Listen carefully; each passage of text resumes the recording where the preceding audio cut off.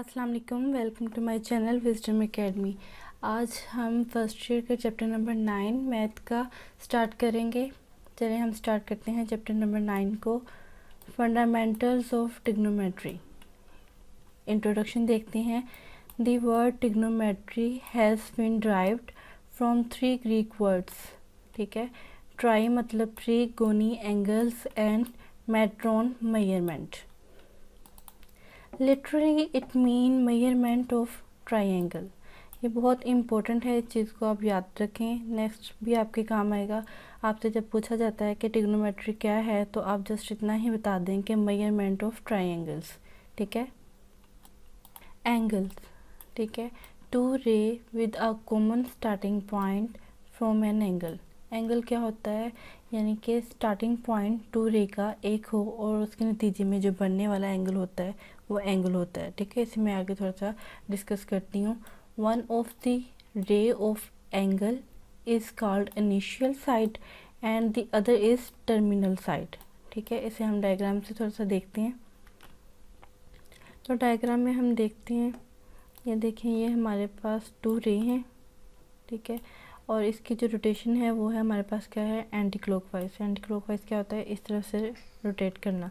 ठीक है, तो यहाँ ये हमारा इनिशियल साइड है और ये हमारे पास टर्मिनल साइड है। ये इनिशियल साइड कैसे है, क्योंकि हमने इसकी रोटेशन ली है क्या, एंटी क्लॉकवाइज रोटेशन। ठीक है, तो यहाँ से ये स्टार्ट हो रहा है तो ये हमारे पास इनिशियल साइड होगी और यहाँ पर ख़त्म हो रहा है और ये हमारे पास क्या होगी, टर्मिनल साइड होगी और ये हमारे पास एंगल अल्फ़ा होगा। सेम इसी तरह आप इसे देखें, ये हमारे पास इनिशियल साइड होगी और ये टर्मिनल साइड होगी। क्यों ये इनिशियल साइड है और क्यों ये टर्मिनल साइड है, क्योंकि अब इसमें इसकी जो रोटेशन है ना वो हमारे पास क्या है, क्लॉकवाइज, जिस तरह घड़ी की सुइयाँ चलती हैं। ठीक है, ये हमारे पास क्लॉकवाइज रोटेशन होगी और इसे हमने बीटा का नाम दे दिया।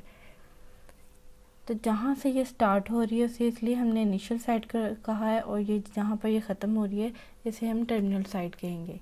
ठीक है, नेक्स्ट हमारे पास है measurement of an angle. There are two commonly used measurement for angles, degree and radian. Next हमारे पास है सेगाडेसिमल सिस्टम। सेगाडेसिमल सिस्टम क्या होता है, जिसमें हम एंगल को कन्वर्ट करते हैं डिग्री में, मिनट में और सेकंड में। ठीक है, इसके बारे में हम देखते हैं। इफ़ द इनिशियल रे ओ ए rotates in anti-clockwise direction in such a way that it coincides with itself, the angle then formed is used to be 360 degree.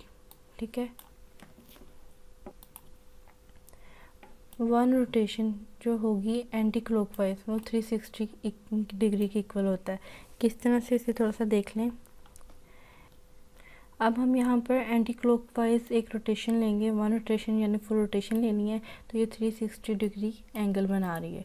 ठीक है, तो यहाँ से ये स्टार्ट हो रही है इसलिए इसे हम इनिशियल साइड कहेंगे और जब ये रोटेट होकर दोबारा उसी पॉइंट पर आ रही है तो ये टर्मिनल साइड होगी। ठीक है, जब हम इसे नेक्स्ट हाफ कर देंगे, नेक्स्ट देखें, जब हम इसे हाफ़ कर देंगे, ये फुल थी तो हमारे पास 360 डिग्री एंगल बना रही थी। अब जब हम इसे हाफ़ करेंगे यानी यहाँ से इसे हाफ़ कर देंगे तो ये एंटी क्लॉकवाइज की जब रोटेशन लेंगे तो वो 180 डिग्री होगी। जो 180 डिग्री होता है इसे हम स्ट्रेट एंगल भी कहते हैं। ये छोटी छोटी चीज़ें देख लें, साथ साथ डायग्राम में भी इसे एक्सप्लेन किया गया है। इसे देखें, एंटी क्लॉकवाइज ही इसे रोटेट करना है। ठीक है, यहाँ से स्टार्ट हो रही है तो ये हमारे पास क्या होगी, इनिशियल साइड होगी और ये वाली जहाँ पर ख़त्म हो रहा है तो ये हमारे पास टर्मिनल साइड होगी। हाफ रोटेट किया इसलिए 180 डिग्री एंगल बना रही है। ठीक है, नेक्स्ट हमारे पास है 1/4। ठीक है, रोटेशन यानी उससे उसका चौथा हिस्सा। पहले फुल रोटेशन थी, फिर उसका हाफ किया और फिर ये 1/4 किया है। एंटी क्लॉकवाइज ही रोटेशन लेनी है तो वो क्या बनेगा, 90 का एंगल बनाएगा। जो 90 का एंगल होता है उसे हम राइट एंगल्स भी कहते हैं। ठीक है, ये डायग्राम में जिस तरह ये 1/4 होता है। ठीक है, ये देखिए, यहाँ से एंटी क्लॉकवाइज लिया है, यहाँ से स्टार्ट किया है तो ये क्या होगी, इनिशियल साइड होगी। इसी तरह ये हमारे पास टर्मिनल साइड होगी और ये जो एंगल बन रहा है वो क्या होगा, 90 का एंगल होगा। ठीक है, नेक्स्ट हमारे पास है 1 डिग्री। 1 डिग्री को इस तरह से डिनोट किया जाता है, is divided into 60 minutes. 60 minute को इस तरह से लिख सकते हैं and 1 minutes is divided into 16 second को इस तरह से लिख सकते हैं, ठीक है। देन हमारे पास क्या होगा, 1 रोटेशन एंटी क्लॉकवाइज जो होती है, यानी कि 4 रोटेशन जिस तरह पहले मैंने बताया, वो क्या होती है 360 डिग्री का एंगल बनाती है, और 1 डिग्री में 60 मिनट होते हैं। 60 मिनट आप इस तरह लिख सकते हैं, और इसी तरह 1 मिनट में 60 सेकंड होते हैं। ये चीज़ें आपने अच्छे से याद रखनी है कि 1 डिग्री में 60 मिनट होते हैं और 1 मिनट में 60 सेकंड होते हैं, ठीक है। सैगा डेसिमल सिस्टम में हमें यही है कि हम लोगों ने एंगल्स को कन्वर्ट करना होता है डिग्री में, मिनट्स में और सेकंड में, ठीक है। नेक्स्ट हम देखते हैं सर्कुलर सिस्टम, ठीक है। इसमें क्या है, there is another system of angular measurement called the circular system, ठीक है। ये दूसरा यानी कि सिस्टम है एंगुलर मेजरमेंट का, जिसे हम सर्कुलर सिस्टम कहते हैं। It is most useful for the study of higher mathematics, specially in calculus. Angle are measured in radian. Next हमारे पास क्या है, radian. Radian is the measure of angle subtended at the centre of the circle by an arc whose length is equal to the radius of the circle। In short मैं आपको बताती हूँ कि आपने एक सर्कल ले लेना है, ठीक है। ये हमने एक सर्कल ले लिया है, ठीक है। इसका जो रेडियस है वो हम आर ले लेते हैं, सेंटर से यहाँ तक का इसका जो फासला है ये हमारे पास आर रेडियस है। तो हमने ये आर्क लेनी है, आर्क जो हमने इतनी ही लेनी होती है जितना इसका ये रेडियस होगा, ठीक है। ये आर्क उतनी ही लेनी है जितना ये इसका रेडियस होगा, यानी ये इसकी लेंथ है। तो इसके नतीजे में ये जो हमारे पास एंगल बनता है, सबटेंडेड एंगल होता है, तो ये हमारे पास क्या होगा, 1 रेडियन। इसे मज़ीद आगे एक्सप्लेन करती हूँ इस थ्योरम में। तो यानी कि इसे इन शॉर्ट आप ये देख लें, जितनी इसकी ये लेंथ होगी है ना, आर्क लेंथ, उतना ही अगर ये ज़्यादा इंक्रीज़ होगा तो इसका जो रेडियस है वो भी इंक्रीज़ होगा, अगर ये लेस होगा तो उसका रेडियन भी कम होगा। तो यहाँ पर इसका जो रेडियन है वो हमारे पास 1 है। नेक्स्ट देखते हैं relation between the length of an arc of a circle of this circular measure of its central angle, ठीक है। इसे हमने प्रूफ करना है, यानी कि theta is equal to L over R. R हमारे पास यहाँ पर क्या होगा, आर हमारे पास रेडियस ऑफ सर्कल होगा, एल क्या होगी, वो हमारे पास लेंथ ऑफ आर्क होगी।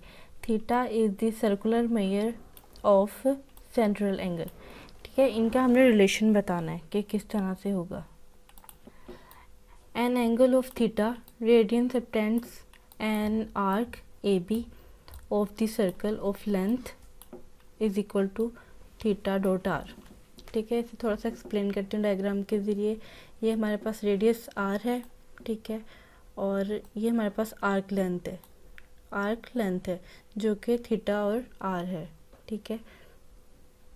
अगर देखें आप, इसमें थोड़ा सा एक्सप्लेन इस तरह से करती हूँ कि ये आर्क लेंथ है, अगर ये हमारे पास यहाँ पर हो 1 आर, ठीक है, तो क्या होगा, यहाँ पर जो हमारे पास रेडियस बनेगा ना, तो वो हमारे पास क्या होगा, 1 बनेगा। अब यहाँ पर देखें हमारे पास थीटा है, ठीक है, थीटा आर, तो हमारे पास यहाँ पर रेडियस क्या होगा, थीटा। इसी तरह जब आप इसे इंक्रीज़ कर देंगे, यानी कि यहाँ पर इसे ले आएंगे, 1 होगी ना, यानी कि ये 1 आर्क है और 1 ये क्या बन जाएगी, 2 आर बन जाएगी। तो इसी तरह हमारा जो रेडियस होगा वो भी इंक्रीज़ हो जाएगा, 2 आर बन जाएगा। जब आप इसे इसी तरह हाफ़ कर देंगे, यानी 1/2, ये पहले 1 कहा था ना, अब इसे जब यहाँ से हाफ़ कर देंगे ना तो ये 1/2 हो जाएगा। जब आप इसकी लेंथ को आर की कम करते हैं तो इसका जो रेडियन होता है वो भी कम हो जाता है। जब आप इसे इंक्रीज़ करते हैं तो इसका रेडियन भी इंक्रीज़ हो जाता है, ठीक है। यहाँ पर अब मैंने क्या किया है, जो हमारे पास आर्क लेंथ है यानी ए से बी, वो हमने लिया है थीटा और आर, ठीक है। ये आर्क की लेंथ है, इसलिए से हम एल से डिनोट करेंगे, इज इक्वल टू थीटा और आर।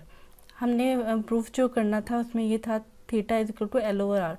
तो ये वाला जो आर है ना, अब ये इधर नीचे डिवाइड हो जाएगा, तो ये हमने फाइंड कर लिया है, ठीक है। ये देखें theta is equal to L over R, यही चीज़ हमने फाइंड करनी थी।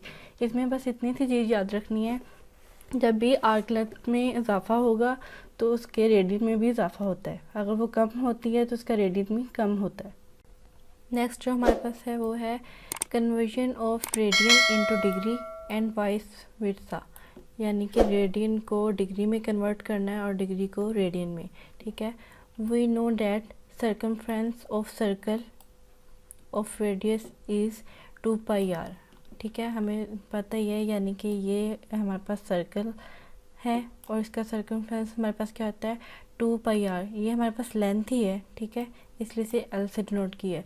तो हमने ऊपर इनका रिलेशन जो प्रूव किया था वो था theta is equal to L over R, ठीक है। यहाँ पर ये जो एल है ना, ये क्या दिया हुआ है 2 पाई आर, ठीक है। यहाँ पर हम इसे कर देंगे 2 पाई आर और नीचे ये आर वैसे ही, थीटा इस साइड पर वैसे ही आर आर से कैंसिल हो जाएगा, तो क्या आ जाएगा theta is equal to 2 pi.